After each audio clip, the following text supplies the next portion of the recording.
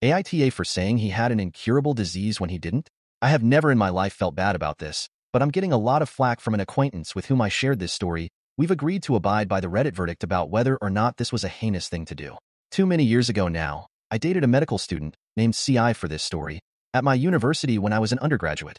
We moved in together during our respective senior years, and I was feeling a lot of pressure in the relationship.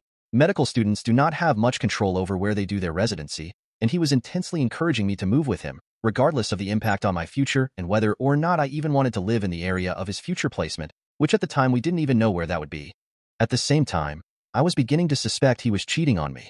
Of course, he told me I was crazy when I voiced my suspicions until I skipped class one day only to go back to our apartment, and of course, there he was in bed with a fellow medical student, and of course, she was the one he told me I was crazy to think he was even attracted to. After we all stared at one another in shock, I turned to go.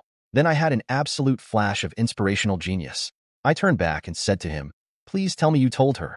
Please tell me you didn't do to her what you did to me." She said, "Tell me what?" And he said, "What are you talking about?" I started repeating what I said, sounding more and more upset. Not hard to do, since I was. They both started scrambling to wrap sheets around themselves and get up, asking me what was I talking about. I finally said, "Please tell me he told you he has herpes." That landed like a bomb. I started babbling. He told me it was okay when he infected me, that we were going to be together forever, that we would manage it together. She started yelling at him. He started screaming at both of us, and I just slammed out of there. I only said that in the heat of the moment, and only to those two people. However, she told everybody.